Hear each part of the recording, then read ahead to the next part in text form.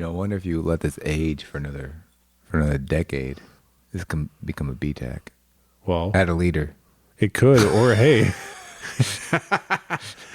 keep its origins, but become a BTAC.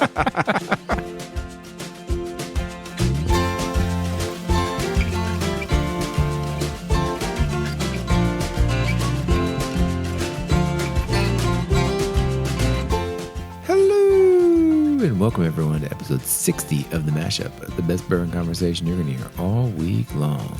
We're your hosts, Michael, Anthony, and Stephen. Hello, sir. hey, all about that bass. You got some extra bass in that voice tonight. Yeah. So I got a little bit of a bone to pick tonight. So I'm not responsible for anything you said. I know exactly. If my wife kicks me out, I'm coming to sleep at your house. We've talked about that before. So recently my wife said, we're going to go get family pictures taken. And of course, I want to have good family pictures with my wife and kids. It's important. I understand. And so we initially went to this place. It was like a studio. And, we've used different photographers over the last couple of years, just trying here and there. And I didn't really have much of an expectation. You went to JCPenney, didn't you? You know what? I think that's where we went for family pictures growing up, like when I was little. What's funny is that I think we took one of our kids to, I think it was a holiday JCPenney thing. And it was really? And they pulled the background down and everything. I was like, oh, this is great. You're like, this reminds me of old times for sure. Anyway, go on. Yeah, no. And so this wasn't that kind of, it was like, the like, hey, I've got the perfect light kind of studio to take pictures and stuff. So we get our pictures back and they were absolutely amazing. And of course, my wife just can't be satisfied with one set of amazing pictures. She's like, we're going to go for another session a spring session, right? I'm like, what did we just do? The spring session already happened. Like, what are you talking about? And so this past week, we had outdoor pictures at, of all places, the Lexington Cemetery. I've been there. You've been there, and what do you think? That's beautiful. It is. It's beautiful. It's absolutely picturesque. It's gorgeous.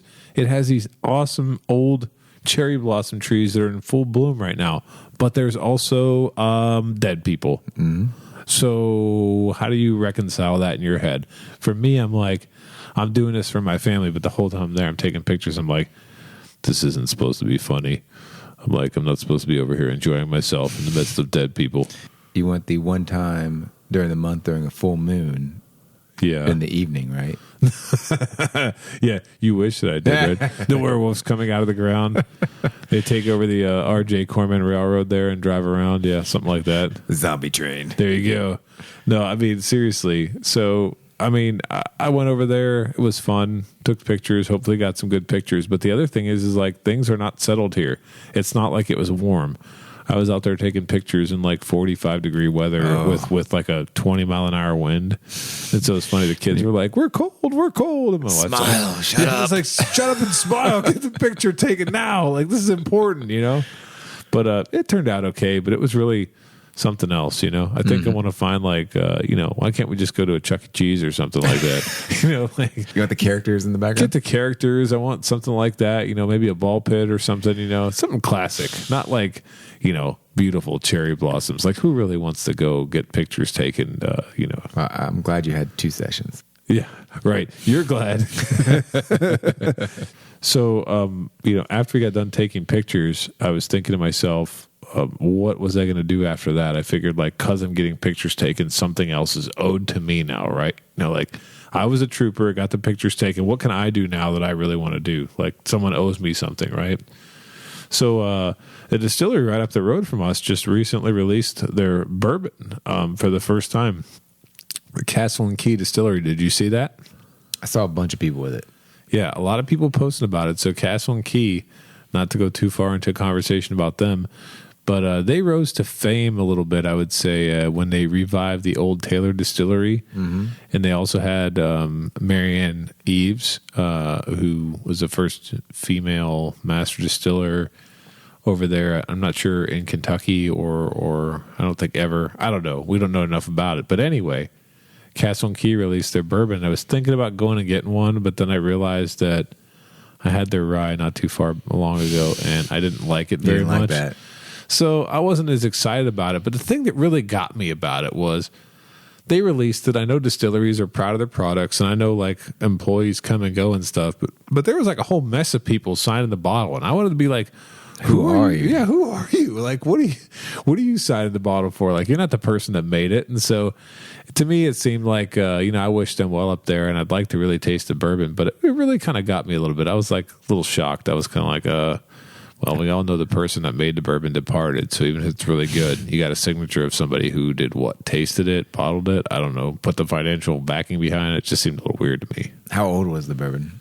So that's another source of controversy. Like, some people were saying it was 4 years old, but of course, I think they laid down their first barrels in 2015, so it's a small batch. I'm pretty sure it's not single barrel, so it's, I think, 6 to 7 year old bourbon, and I think it was like maybe $50 a bottle. Okay, well, they started off with at least a decent age. Yeah, and of course, a lot of people are flip-flopping it for about $100 a bottle. Have a lot of fun, until it's sitting everywhere, and then they can't sell it for anything. So, well, before we get started today, we have no shout-outs, but for all those that have not done so, please follow us on Instagram and Facebook. If you want, go ahead and leave us a review on Apple Podcast. So for this evening, we have a very expensive bottle. Oh, yeah. Very expensive. You could just tell. I mean, not everything comes in 1 liter bottles. That's right. That's right. Symbol of quality. You're getting freebies down on top. Yeah. For tonight, we have Early Times Bottled in Bond. Early Times Bottled in Bond is one of those bourbons that has been synonymous with quality because it's been around since 1860. But the distillery on this one is kind of interesting. We'll talk about this later on. It's actually owned by Sazerac, but it was probably distilled by Brown-Foreman. The bottle date is 2021. The ABV is 50%. Proof is 100. This is a 4-year-old age-stated product. The mash bill is 79% corn, 11% rye, and 10% malted barley. MSRP is $24.99. Ooh, $25. $25. That might be the best deal in bourbon. What do you think? And you're getting you're getting $250 more. You're getting, that extra 250 milliliters is really, get you through those long nights. So as far as the bottle, yes, you can obviously tell it's larger than your standard bottle. So I think right off the bat, that will catch your eye. Yeah. I mean, there's nothing special about the label or there's no neck tag or anything. It's just the fact that it's a larger bottle is going to catch your eye when you're looking through all the shelves. Absolutely. It actually looks like if there was a classic whiskey bottle, this looks like a classic whiskey bottle. I don't know how else to put it. Yeah, it's got like, classic, it's going to sound really silly, but like 1800s designs, like squiggly lines and stuff. Well, that doesn't sound silly at all. You want to know why? Why? Because that's when this brand was founded. It was established in 1860. So they haven't changed their design since 1860. I guess not. It doesn't look like they've changed anything. It looks like, even back in 1860, I'm sure they had these foil caps too. So it says it right there at the top corner. Established in 1860.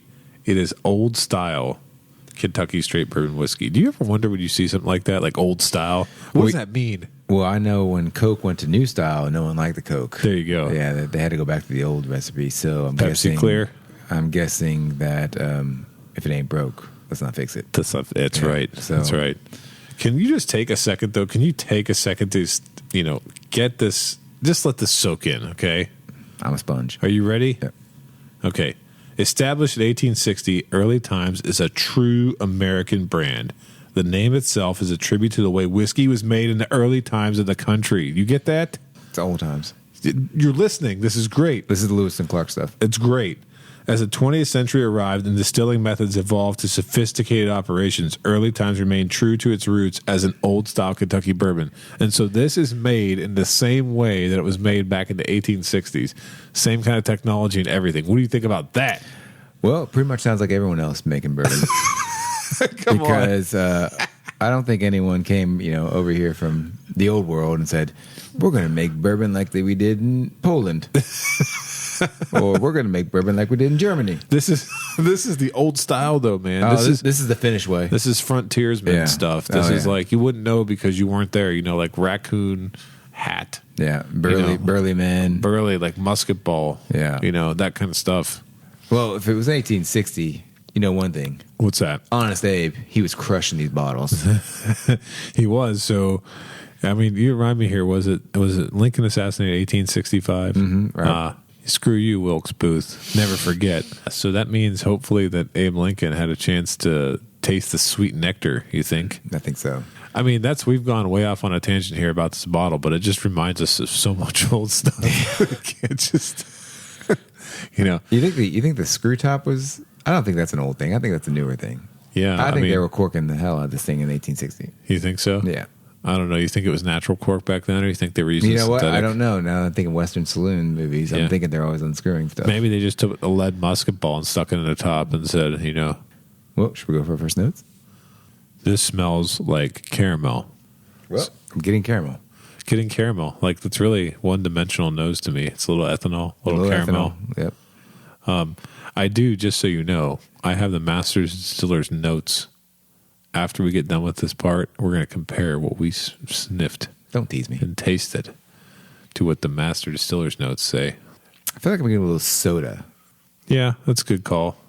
So while we're getting ready to taste this, I was just thinking about the fact that when I first had this, it was back in 2017 when it released. It was like $19.99 a bottle. It was $20 for a liter. Mm-hmm. And so I remember buying it with low expectations. I wonder how much it was in 1860. 1860, yeah. It wasn't $20.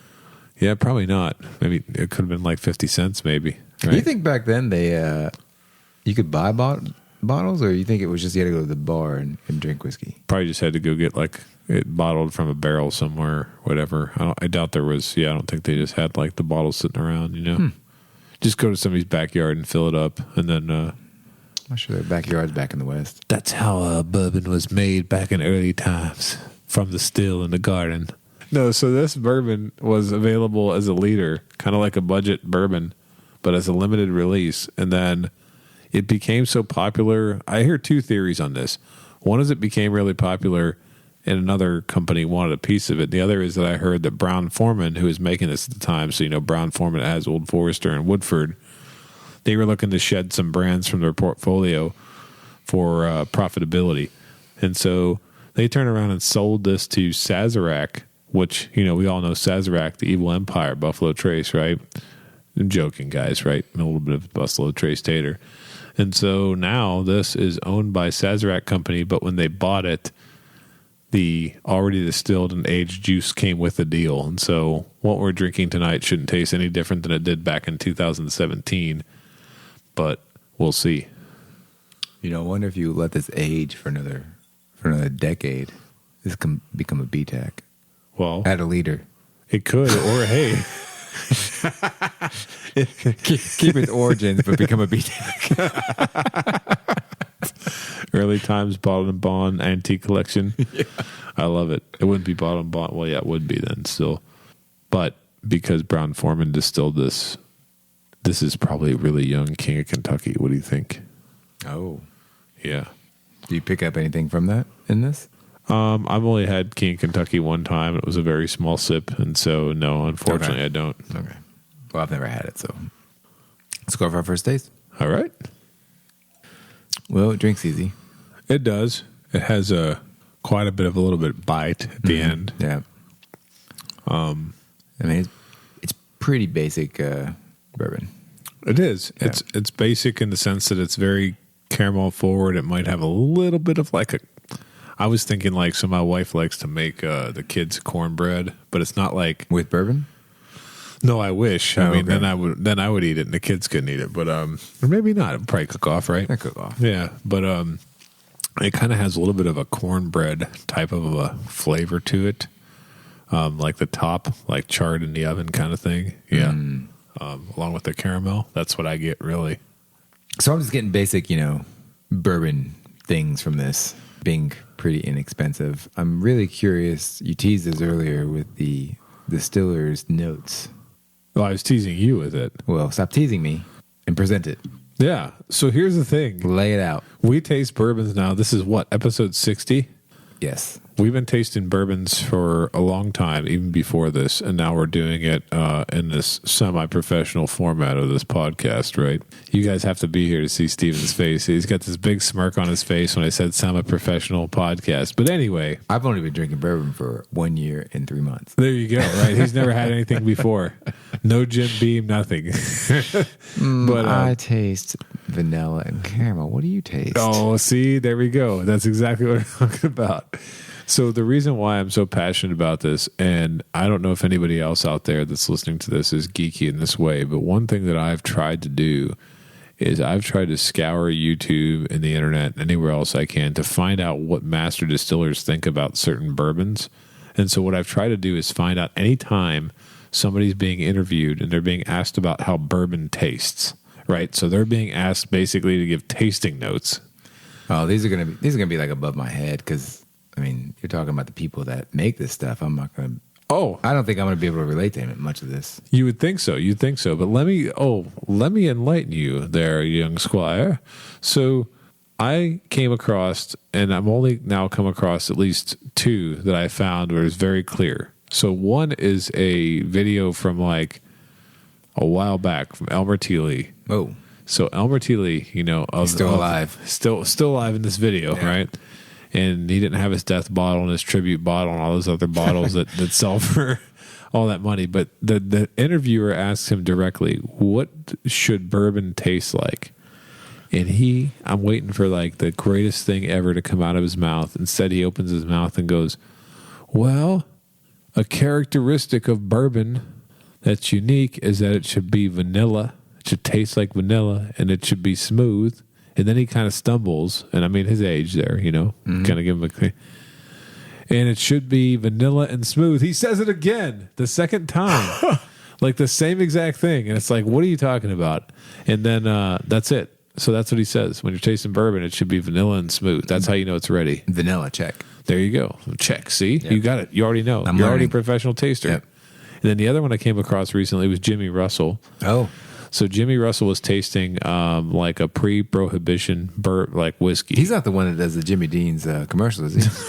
Come on. You're going to lose your bourbon card here. I know, just checking. Jimmy Dean sausage. Just the way he said it and everything. That. Yeah. So he's tasting this pre-prohibition stuff, and he's going, well, it tastes caramel and vanilla. And he says it's got some nice oak finish. It's a little bit more oaky than I would like it to be, but it tastes just like a bourbon from this time period should taste. And I'm like, So vanilla and caramel. So vanilla and caramel and oak. Oh, are oak. you kidding me? Oh, we got oak in there now too. That's 3 things I look for. Yeah. And then if you thought it couldn't get any better than this, the best one I found was like Julian Van Winkle getting interviewed at like a wine and spirit shop. So he was holding like Mr. Pappy. Mr. Pappy himself, right? So the one who's carrying the torch of the family tradition goes to a wine and spirit shop somewhere in the Northeast. I can't remember anymore. And so I'm watching this, and at the end, they talk to him about not what the tasting notes are, but how he likes to drink the Van Winkle lineup. Oh, gosh. Are you ready for this? Well, maybe neat with a couple drops, maybe? I would think neat all day, right? Or whatever, because this is meant to be savored. So how else would you drink it? When you're spending $5,000+ on secondary for this thing. Yeah. Now, this is before they were that much. This was 8-9 years ago. That is true. Yeah. So are you ready for this mind-boggling conclusion? Go. He said the 15, so he's talking about the Pappy 15, makes a great old-fashioned. Oh. Okay? Yeah. Let that one set in. Then he talks about... So we're mixing the 15. We're mixing the 15. At, how much does the 15 cost? Retail, if we could get it, what, like 140 or 150, I think. So we're mixing... We're mixing that $150 $100 bottle yeah. with stuff. That's not just any bourbon. That's the best bourbon out there, because Pappy 15 is a good and highly rated bourbon, right? Go on. Yes, sir. Here we go. And so... The next thing that he says is that he's drinking in the summer, the higher aged ones. So he's talking about the 20 and 23. So an ice ball. He talks about putting them on ice. With a twist of lemon. Oh. So you take the lemon and you twist it in there, and you ever had anything so delightful. Now listen, Who am I to question Julian Van Winkle? I am not going to do that. But I will say this.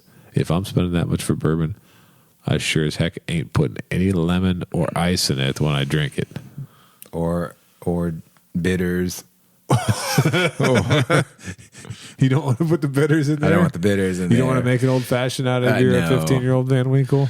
Well, when you have case of it just laying around. Yeah. I guess it's easy to do that kind of stuff, isn't it? I thought I was only supposed to look for vanilla, caramel, and oak. Now I got to look for lemon.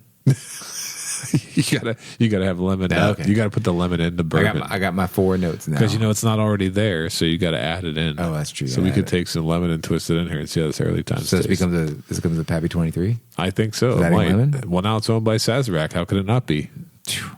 Full circle. So with that, Anthony, would you pass, try, or buy on the early times BiB?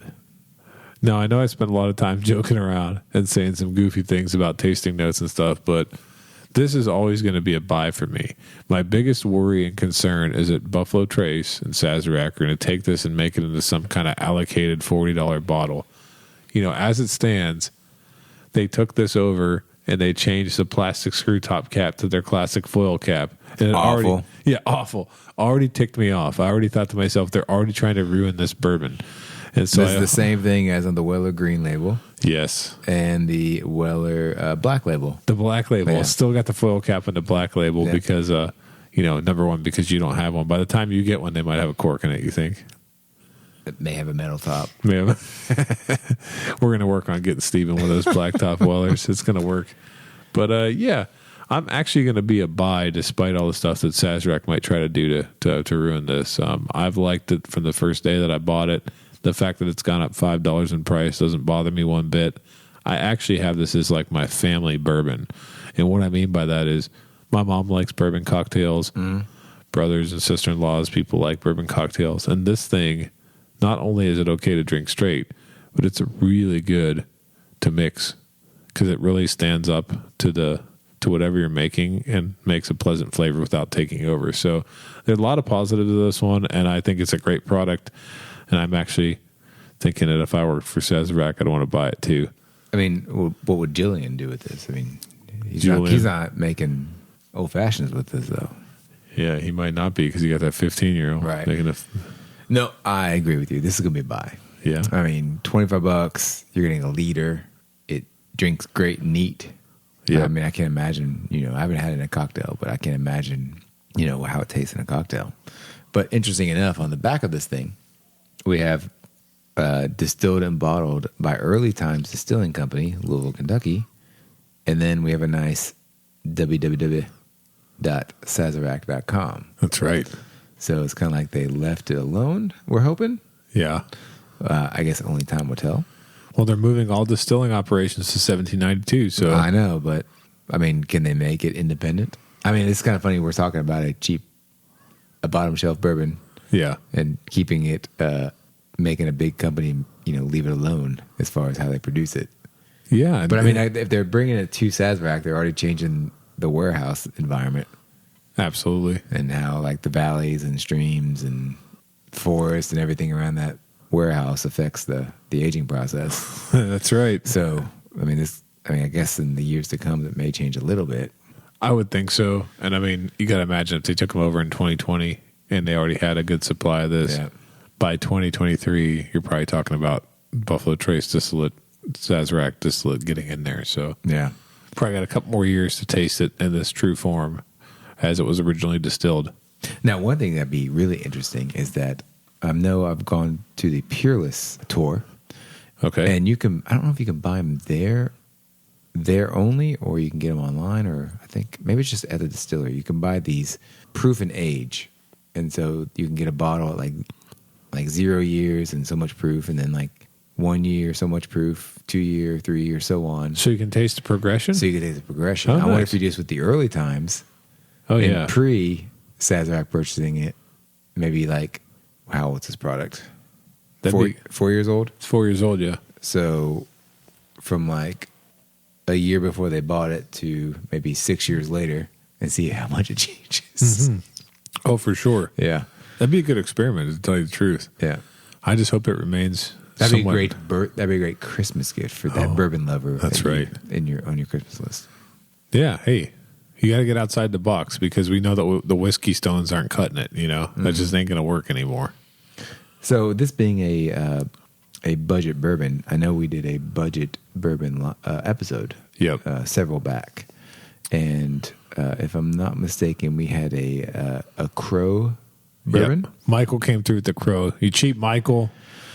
And then we had a Barton 86 proof. That's a little bit better. That was Steven's This pick. was It's supposed to be. Oh, okay. Oh, wait, here we go. Listen to big guy over here. Oh, yeah. This was the sub $10, and what does he come? He comes with 20% more. That's right. At the $12 mark with the JTS Brown. I cheated. Guilty as proof. charged. Guilty as charged. And of course, that was better because it was 20% more expensive. That's right. 20% more expensive. 100 proof because I think that was the highest proof that we had as well, and it was also 4-year age stated. Yeah. Which. So how would we rate this 100 proof? I mean, I guess this is not going to be in a $10 marker. Yeah. I mean, this is like 2.5 times that. I know. That's the other thing. I would say, like, comparable wise, if I get to choose between, I said in that episode. Okay, let's just compare it to the JTS Brown, 100 proof. I'm going to go with this all day. Okay. I just think the JTS Brown, even though I like it, is too much, too corn forward, too like much straw flavor, and too much. It's a little too hot. Yeah. No, this is. I would have no problem putting on the ice for summer. Yep. Just drinking the caramel, the caramel goodness this thing produces. Yeah. Sitting back and enjoying it. Oh yeah, you're getting so much of great bourbon flavor. Not to like make fun of the master distillers who have way more age and experience than we'll ever have, but it's fun to just. I mean, they're talking about that one episode that you talked about how. Who was it that you went over to the master distiller's house and they were going to serve their guests the bottom. Oh yeah, bottom shelf stuff. What was that? That was the benchmark. The benchmark. Yeah. So that sounds like all these master distillers have an affinity for the benchmark equivalent. They must just think like, hey, bourbon, if it tastes like caramel, vanilla, and oak, then that's it. It's got to be good, right? Yeah, you don't have to do much. I guess to be a master taster or anything, you just got to think for those 3 notes, and you're all good. Sign me up. Yeah, who wants to taste licorice in their bourbon anyway, right? No. Yeah, you don't want that, do you? I don't want to eat licorice. And with that, thanks for listening to this week's edition. Please like and follow us on Facebook, Instagram, and Twitter at The Mashup KY. Also, let us know your thoughts and spot on in the comment section. Until next time, keep it neat.